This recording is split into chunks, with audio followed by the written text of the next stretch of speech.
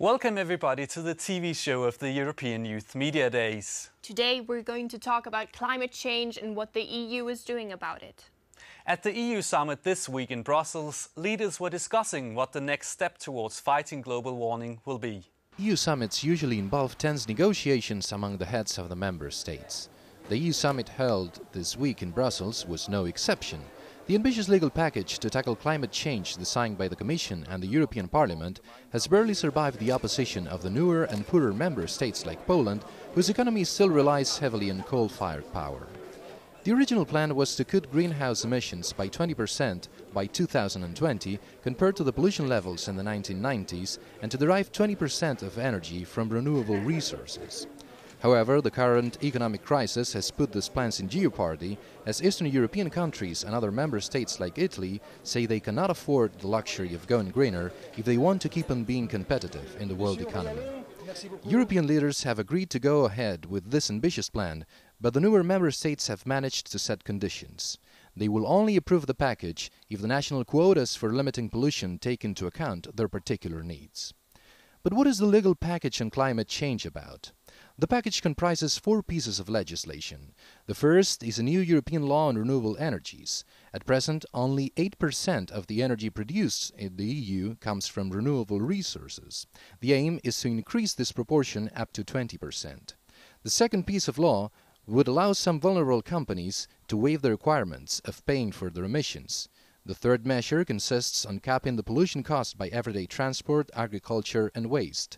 Finally, the EU wants to put into practice some experiments on new ways of storing carbon so that it doesn't contaminate the atmosphere.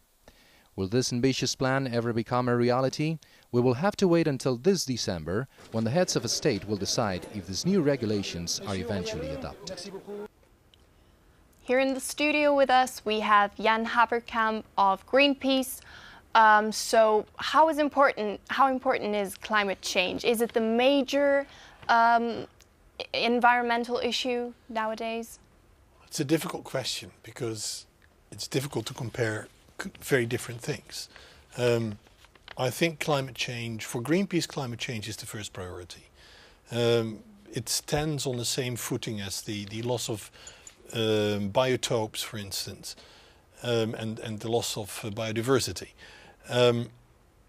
But it is very difficult to give an answer on that because if we look at the calculations, climate change goes very fast. If we look at reality, we're at the top of all estimations. And that means that it could even be worse than we're now calculating. Now, I think that's scary enough to give it at least a top priority, yeah. So how big a priority is that at Greenpeace? At Greenpeace we have at the moment about 50% of our capacity is dedicated to climate change. Part is in forests, part is in coal and dirty sites. My work is, for instance, on the nuclear side of it, so the dirty energy side. Part of it is in solutions, renewables, and we've also worked out energy scenarios that can show us how we can reach a world in which we can survive climate change. That climate is changing, we can't stop any longer, but at least we can try to reduce it. So what does Greenpeace do to affect the policies in EU on this subject? Now that is very varied. I mean, it goes from, at one side, the development of scenarios and real lobby work, the work we've been doing over the last few weeks in the upcoming to the summit, for instance, that we had an energy council, and afterwards we had a summit of heads of states about the climate package. There is a lot of direct lobbying. One of the things. Can you specify what is lobbying? Well, lobbying in this case could mean we've seen last week that suddenly there were attempts to weaken down certain measures in the package. At that moment, we contact ministers, we contact their staffs, and we explain, hey, beware, if you do that, if you do weaken, it does have those and those consequences.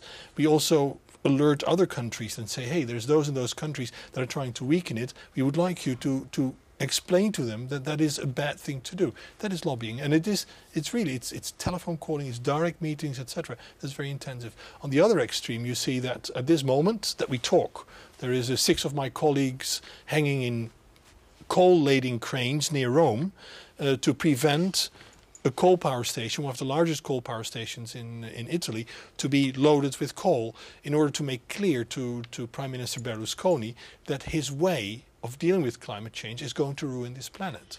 Just to get back on the climate change package, what would you say to the people of the chemical industry, for example, that are afraid of losing their jobs because of higher taxation, because of their industries moving, of their factories moving to China, for instance? Well, the interesting thing is, if you talk with industry seems to be more aware of climate change than even very many governments here in the EU 27.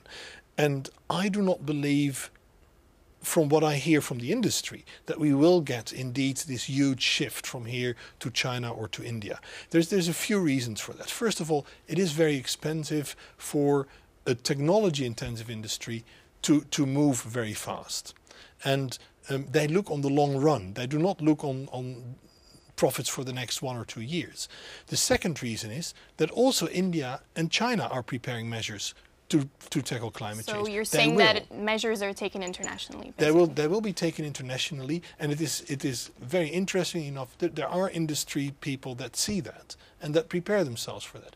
So I do think that there is a problem with the threat from industry, but I also am convinced that the problem will be that large. On the other hand, like we've discussed also before, is there will be new jobs created. So you think it would be positive in the long end to tackle this also in? Well, we've calculated that through. And our time is gone. I'm sorry, but not everyone will fight global warming for every price. Mr. Kasperi, who is in German, a member of the European Parliament, is worried about job losses in the industry. The amount of CO2 certificates is clear. So we don't talk about how much CO2 has to be reduced. There we all agree in this parliament. But really the question is, if you have the benchmark model, for instance, and you have one industry which is the best one, we say if there's one company, one fabric, which is the most energy efficient in this sector, then they should get their certificates for free. Take Germany, for instance, and then the industry would have to pay 70 billion euro for the certificates. Then this means 70 billion euro for the state budget, but also 70 billion euro which the industry can't invest anymore in more energy efficient productions. Our opinion is that we should really focus on the target how we can reduce the most CO2 and not on the question how we can harm the industry the most. And once again, from my point of view, it makes more sense that the industry is able to invest in new power plants, that the industry is able to invest in research than to take just away the money, and then the employees will get huge problems if the industry relocates to other areas on the world. Every day you could do more, but the question of energy efficiency, the question of energy saving, the question of reducing our dependency of energy imports is a very important topic for all industries and all branches, and not only because of the question of climate change, but also because of the question how the energy prices on the world developed during the last year. I think we have a clear task as European Union. We want to be the front runner in this question, and as front runner, it doesn't only mean that you run fast, but it also means that you run in a way that the others want to follow.